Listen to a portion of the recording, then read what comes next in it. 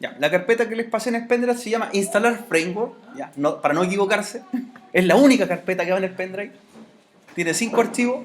Lo suben al servidor Windows Server 2008, el que vamos a trabajar con SQL Server, e instalan en el mismo orden como están los 5 archivos.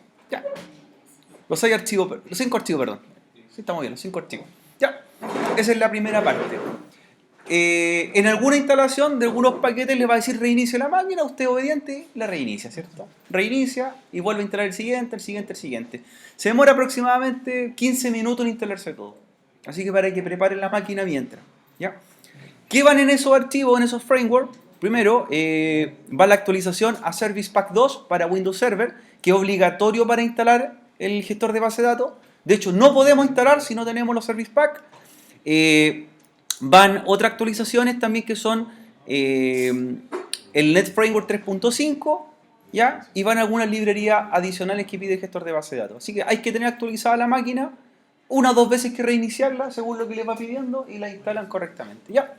Así que copian la carpeta, suben al server. Oracle no lo ocupamos hoy día, guardadito, apagadito Oracle, ¿cierto? Ambas máquinas Oracle y solamente el servidor Windows Server 2008, ¿ya? Así que eso hacemos en los primeros minutos de la clase. Luego de ello podemos recién instalar el servidor de base de datos, antes nada. El proceso para abrir los puertos en el servidor es exactamente el mismo que hicimos en el servidor que era de Oracle, ¿ya? Así que si se recuerdan, tenemos que ir al firewall de Windows en el servidor. Que estos pasos son sí o sí prioritarios y necesarios para poder hacer una buena implementación, ¿ya? Y lo que tenemos que hacer era permitir o abrir puertos, ¿cierto? Abrir puertos de comunicación del servidor, ¿ya? Y lo hacemos de la misma forma. Añadir puertos. Y los puertos que vamos a abrir son tres puertos, ¿ya? Cuatro puertos. El primer puerto le vamos a dar un nombre, lo vamos a llamar SQL1 para que sepamos el número de puertos que va a ser. Y el número va a ser el 1433. 1433, primer puerto. Este puerto es un puerto de escucha que usa el servidor para recibir conexiones remotas, ¿ya? 1433. El nombre es un descriptivo, puede ser cualquiera, ¿cierto? Es solamente para que sepan ustedes qué puertos van a abrir. Entonces, primer puerto, 1433, de tipo TCP. TCP. Ahí aparece ya en el listado. Segundo puerto, lo voy a llamar SQL2 y va a ser el 1434. Por el 1433, ¿cierto? Lo que hace es recibir comunicación TCP y por el puerto 1434 UDP. Son de recepción. ¿Qué diferencia tiene que sea TCP y UDP? ¿Ya? Y tiene que ver mucho con la verificación de errores. El protocolo TCP, que utilizan en este caso los servidores de base de datos, son puertos orientados a conexión y verificación. Es decir, por ejemplo, si al puerto le llegó por el número 1433 una conexión TCP y esa conexión tiene errores, ¿qué le va a pedir el servidor de vuelta al cliente? Por ejemplo, falló el dato enviado.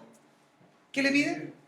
Reenvíelo, ¿cierto? Por lo tanto, el protocolo TCP, protocolo de capa de transporte, es un protocolo de reenvío y verificación. Eso me asegura que, por ejemplo, en una migración, la migración llegue correcta. Perfecto. Es más lento el transmitir por el protocolo TCP, pero es más seguro. Eso siempre tienes que tenerlo claro. Más lento, pero más seguro, porque verifica errores. Pero el puerto 1434, que es del protocolo de datagramas, UDP, hace todo lo contrario. Envío también dato al servidor, pero si no llega correcto, ¿qué pasa? No recibe. Es orientado solamente a envío, no a conexión. ¿Cuál de los dos puertos sería más rápido para transferir? ¿El 1433 o el 1424? ¿El TCP o el UDP? TCP es más lento, pero es más seguro. Y UDP es más rápido, pero no es seguro. Si yo quiero consultas rápidas, ¿cierto? Pero que no me asegure que lleguen bien, el servidor recibe por UDP y por el puerto 1424. Si yo quiero enviar consultas orientadas con conexión y seguridad y que verifique error, se envían por TCP. Por eso nosotros habilitamos ambos puertos según la decisión que tomemos o cuando queramos hacer consultas del cliente. ¿Seguras o no seguras? ¿Rápida o más lenta? 1433 y 1434, ambos puertos reciben comunicación. ¿Ya? Tercer puerto que vamos a abrir. 4022. TCP. Perdón, le puse acá el número. 4022 de tipo TCP. Este puerto, a diferencia de los anteriores, envía. ¿Ya? Si por el puerto 1433 y 1434 el SQL Server recibe comunicación, por este puerto va a ser al revés. Le envía al cliente que le está pidiendo una solicitud. 4022. ¿Ya? Y el último puerto que vamos a abrir, el SQL3,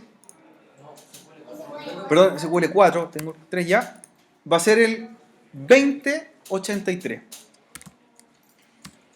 de tipo UDP. Y también lo mismo que mencionábamos anteriormente, ¿cierto? TCP orientado a conexión, UDP a envío. Por lo tanto, hay dos puertos, dos números de puertos con dos protocolos que son más rápidos y dos números de puertos y dos protocolos que son más lentos en el reenvío. ¿Ya? Tendríamos listos los puertos en el servidor. Esto hay que hacerlo sí o sí previo, ¿cierto?, a la instalación. ¿Cuáles eran los puertos? 1433, 1434, 4022, ¿sí? Y 2383. Listo. Lo que vamos a hacer, y que en realidad no debería mostrar nada, es que si yo veo el listado de puertos en el servidor, que a pesar que recién lo abrí, todavía no estoy comunicando nada porque no tenemos un cliente conectado ni tampoco tenemos el servidor instalado, ¿cierto? Entonces, ¿cómo reviso los puertos? ¿Con qué comando? Netstat, ¿se acuerdan? -a. ¿Ya? Netstat-a. Y me van a aparecer los puertos del servidor que están en escucha. Por el momento no están todavía los del listado, ¿ya? No se están utilizando. Cuando ya que tenemos consulta, van a empezar a aparecer los puertos. El de recepción y el de emisión. 1433, 1434, 4022, ¿cierto? 2383 y vamos a ver cómo estamos transmitiendo, si estamos recibiendo con verificación o sin verificación.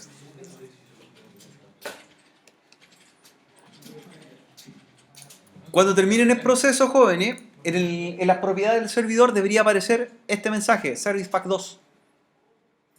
¿Ya? Como Service Pack 2.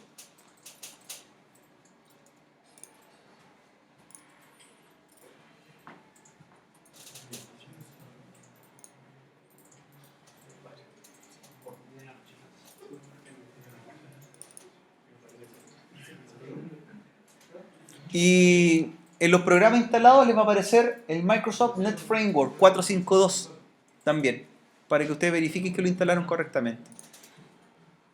Va a aparecer Microsoft Net Framework 452 y les va a aparecer también Service Pack 2.